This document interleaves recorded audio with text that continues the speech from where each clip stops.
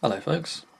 Have you ever looked at your 1950s or 60s tiny diesel locomotive and thought, that's a little bit too large and a little bit too modern? Well, if you were thinking that, and of course you were, we might have a solution. So, this is a Hornby Ruston 48DS, obviously.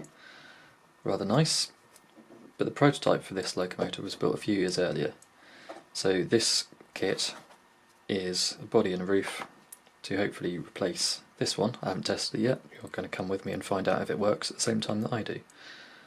So let's crack on with it. The first job to do is to dismantle this little fellow.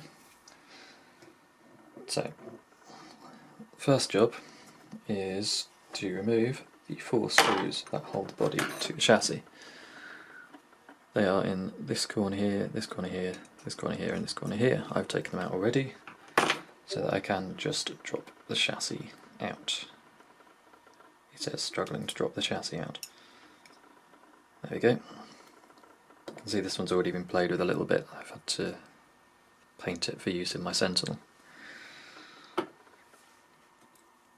next bit to do, since I want to try and retain the footplate of this because it fits really nicely to the chassis. It's a very nice bit of design. It's got a bit of weight in it as well, which is very useful because this 3D printed stuff is very, very light. So we need to get the radiator and the cab off. To do that, there are 2 little tiny screws. One here, let's see if you can see that, and one there. So pull those out. The next bit to do is, well, it depends on how your loco is put together. Mine was quite tight, so what I had to do, get your favourite wedging screwdriver, just nip it in under here and just leave it upwards. So one of 2 things will happen. One, the cabin radiator will go in opposite directions, like that. Or 2, the cab will come up forwards with the radiator, like that. Doesn't really matter which one happens, although the radiator is also clipped in at the front, so don't try and pull up from the front here. So what you should really do, I think this is how Hornby have tried to design it, is pull that up and then pull this off as a unit, so hopefully you can see that pulls back. And there's a couple of little hooks on the front here that hook into there. And this is just tabbed into the front of the cab here. It's a really nice design, this. All credit to Hornby, whoever slaved away in the Hornby mines and did that. It's a really good bit of design. Because they've got a few different cab styles in the Hornby one. This is the later one, but there's a more open one as well, so you can just swap and change whichever bits you like. It's a clever bit of design. But the bit we need is this bit. And that bit, obviously. So hopefully you can see where the tabs used to go, down here, and there's a couple of locating points for the cab. Hopefully we can reuse those with this. The other thing we have to do is, you can see here that the bonnet on the old version is much lower. So if you're a fan of DCC, I'm terribly sorry, but we're going to have to get rid of this chip holder replacement blanking thing. And to do that, I'm just going to solder a couple of these wires together. So there are orange and grey wires going to the motor, and red and black going to the track. So we want to swap those, basically, instead of going into this thing and back out, we just want to go straight from red and black to orange and grey. So that's the next thing we're going to do. Okay, so I've had a drink to fortify myself, which is hot chocolate in case you were wondering, and I'm about to significantly void the warranty on this loco. Deep breath.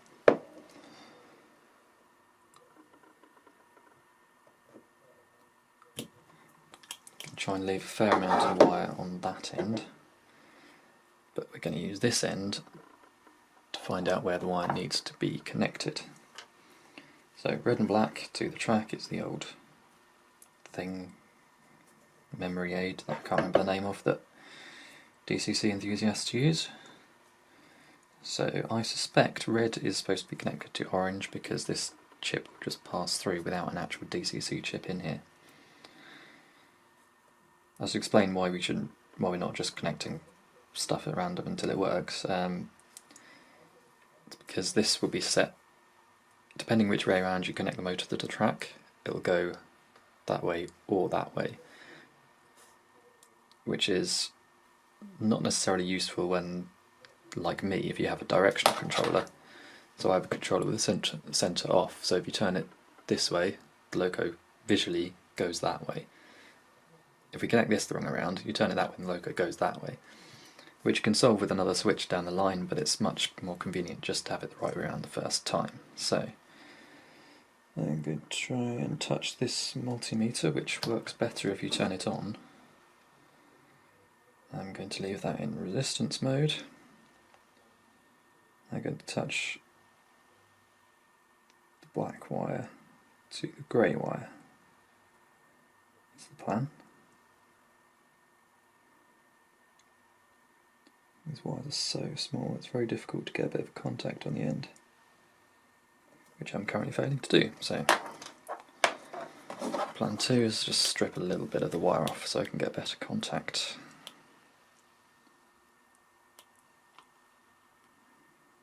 And this wire, it turns out, is so fine that I barely need to even touch it. So that was the red one I pulled off, so I'm going to pull the shielding off the orange one as well. So now we can see if this blanking chip connects red and orange. Multimeter says 0 ohms, which means it does connect. Most multimeters also have a buzz setting as well, so if you touch the two ends together it connects. So I can check red to orange connects, which also means, because we only have 2 left, that the other 2 are also connected. Perfect, so that means I can solder together the red wire here, the orange wire here, and then do the black to the grey. And then everything will be nice and the right way around and we won't have to fiddle with it later.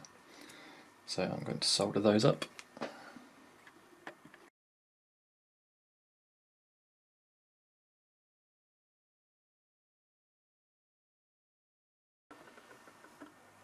Hopefully you can see what I've done here. It probably wasn't very clear in that little bit of video, but let's have a look at this. See if we can get some light on that. So, see, grey wire coming out of the motor here, soldered onto black wire. Red wire coming out of track here, soldered onto orange wire of motor. Now what I'm going to do is just insulate those with a little bit of glue or something at some point, and they'll just tuck here in front of this, in this little space in front of the motor. You will need to insulate them because you don't want them touching. These wires are really very, very thin, so you do need a little bit of a steady hand to do it. But the moment of truth is just to check whether it still works. It runs just as well as ever, and is now a lot smaller. Brilliant, let's move on to the next job. Moving on, next job is to release this from all the support structures. Same with the roof. I've covered this in more detail in plenty of other videos, so if you need a bit more help with it, go and see one of those. But the basic premise is, if you want to do it the quick way, just pull.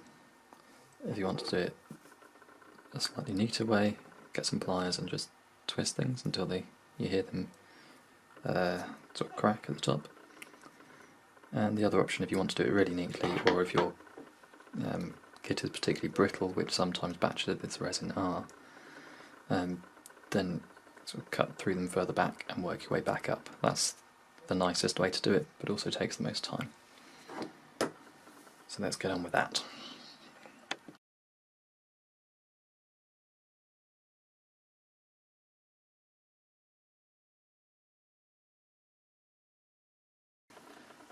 So all the bits have been removed from the support material. I've had a bit of a clean up as well with a file just under the top edges of the windows here, just to make them nice and flat where the support material was.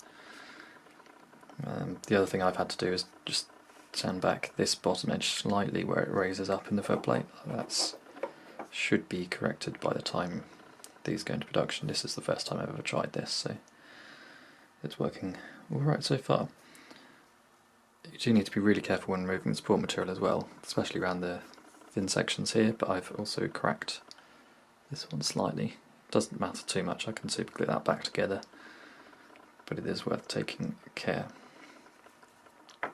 So,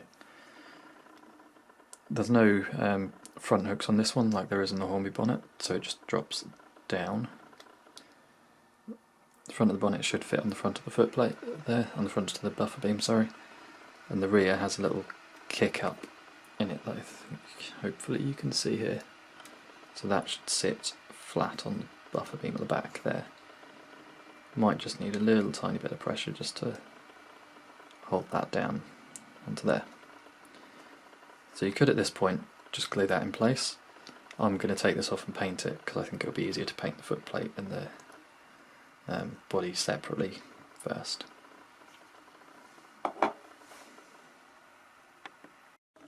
So there we go folks, we have the finished Ruston. Painted, weathered, driver installed. It's still very, very small.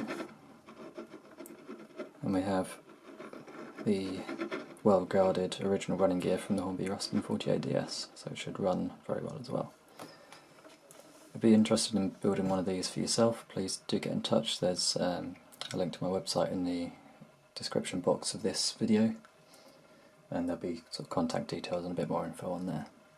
Thanks for watching.